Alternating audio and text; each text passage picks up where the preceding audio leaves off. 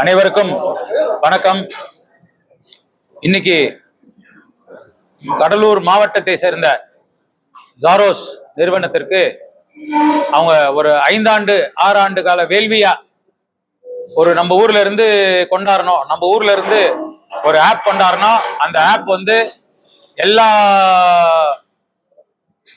வர்த்தகர்களுக்கும் வணிகர்களுக்கும் பயனளிக்கணும்னு சொல்லிட்டு நம்ம ராம் பிரசாத் அவர்கள் ஜாரோஸ் நிறுவனத்தை ஆரம்பிச்சு அதை வந்து வெற்றிகரமா ஒரு 50 ஊர்ல ஒரு 8 லட்சத்தி சொச்ச கஸ்டமர், இன்னி வரைக்கும் 8 லட்சத்தி சொச்ச கஸ்டமரை வந்து தினந்தோறும் தொடராரு. இப்ப கடலூர்ல 4,20,000 பாப்புலேஷன், 4,30,000 பாப்புலேஷன் அப்படின்னா எங்க சிறு வணிகருக்கும் 8 லட்சம் பேர் கஸ்டமருக்கு போய் சேரக்கூடிய வாய்ப்பை உருவாக்கி இருக்காரு. பன்னாட்டு நிறுவனங்கள் பல உள்ளார வந்து 30%, 40% ஹோட்டல்காரங்களை வந்து சீரழிச்சிட்டு இருந்தாங்க. அதாவது ஹோட்டல் முதலாளிக்கு தெரியாமையே அன்னைக்கு அவங்களுக்கு வந்து நிறைய ஆர்டர் வரலன்னா 30% தள்ளுபடி, 20% தள்ளுபடி இவங்களை கேட்காமையே போட்டுக்கிட்டு இருந்தாங்க.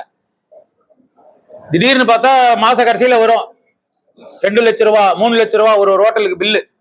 அவங்க சம்பாதிக்கிறதே 50,000 60,000 1 லட்சம் தான் இருக்கும், எல்லா செலவும் போக, பிக்சட் காஸ்ட் பினான்சியல் காஸ்ட் போக. அதுல 2 லட்சம் மைனஸ் அப்படின்றக்குள்ள எந்த ஹோட்டல் வந்து நிறைய ஹோட்டல்கள் வந்து மூடிட்டு போற நிலைமைக்கு நிலைமைக்கு ஆளாச்சு.